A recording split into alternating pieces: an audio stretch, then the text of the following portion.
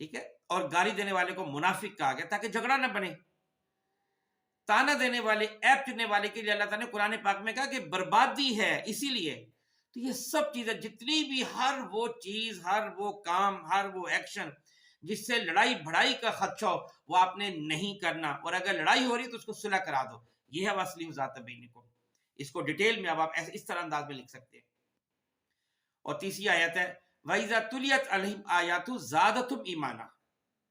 جب اللہ کی آیتیں ان پر تلاوت کی جاتی ہیں تو ان کا ایمان بڑھ جاتا ہے.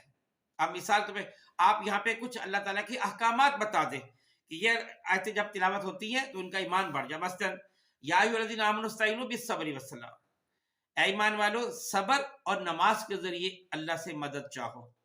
تو اس کا مطلب کیا ہوا کہ انسان یہ سوچنا چاہتا ہے کہ میں نے نماز چھوڑنی نہیں، اور اگر کوئی مصیبت پریشانی مجھ پر آتی ہے، بیماری آتی ہے، کوئی امتحان آتا ہے تو میں نے صبر کرنا اس پر.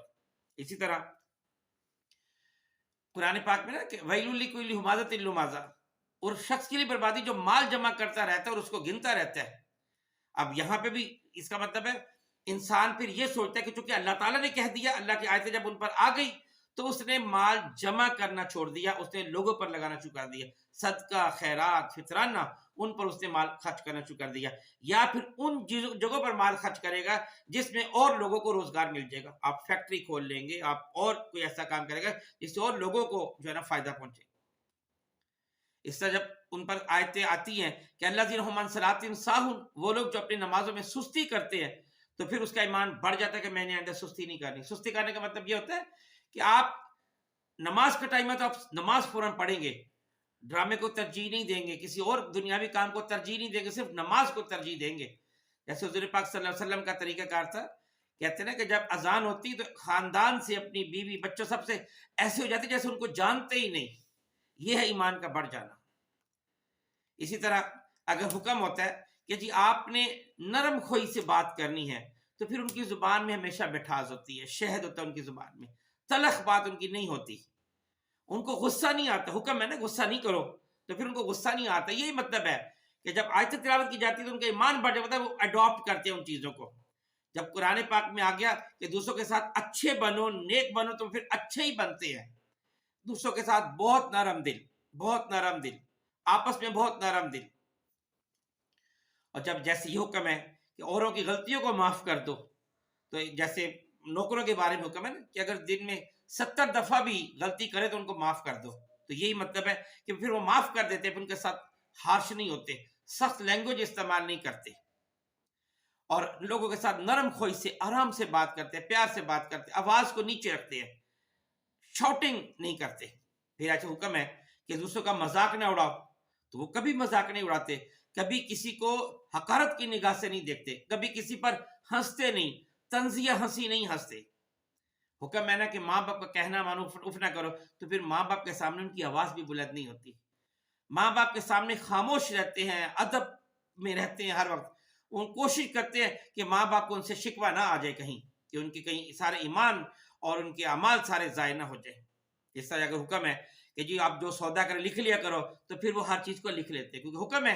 یہی ہوتا ہے ایمان کا بڑھ جانا. وہ ہر حکم کی پھر وہ پیروی کرتے ہیں. جیسے قرآن پاک میں اگر ہے کہ جی مقروض جو ہے، اگر یعنی آپ اس کو مہلت دیتے ہیں تو یہ آپ کے لیے بہت بڑا صدقہ خیرات ہو جائے گی. ٹھیک ہے، تو وہ پھر ان کو کوشش کرتے ہیں کہ اس کو میں مہلت دے دوں. اور اگر کسی کو قرض دیتے تو اس پر سود نہیں لیتے. یہ ایمان کا بڑھ جانا. حکم ہے الراشی والمرتشی کلاہما فی النار، تو نہ رشوت دیتے نہ رشوت دیتے. تو جو اللہ تعالیٰ کی احکامات ہیں، چاہے بولنے کے بارے میں، چاہے مہمانوں کے بارے میں، چاہے ہمسایوں کے بارے میں، چاہے رشتہ داروں کے بارے میں، چاہے اپنے کاروبار کے بارے میں، بزنس کے بارے میں، جتنے بھی ان کے کام ہیں ان سب میں وہ اسی کو فالو کرنے کی کوشش کرتے ہیں جو احکام ہیں. یہی مطلب ہوتا ہے جب ایمان کے ان پر آیت تلاوت کی جاتی ہے تو ان کا ایمان بڑھ جاتا ہے. بہت شکریہ. السلام علیکم ورحمۃ اللہ وبرکاتہ.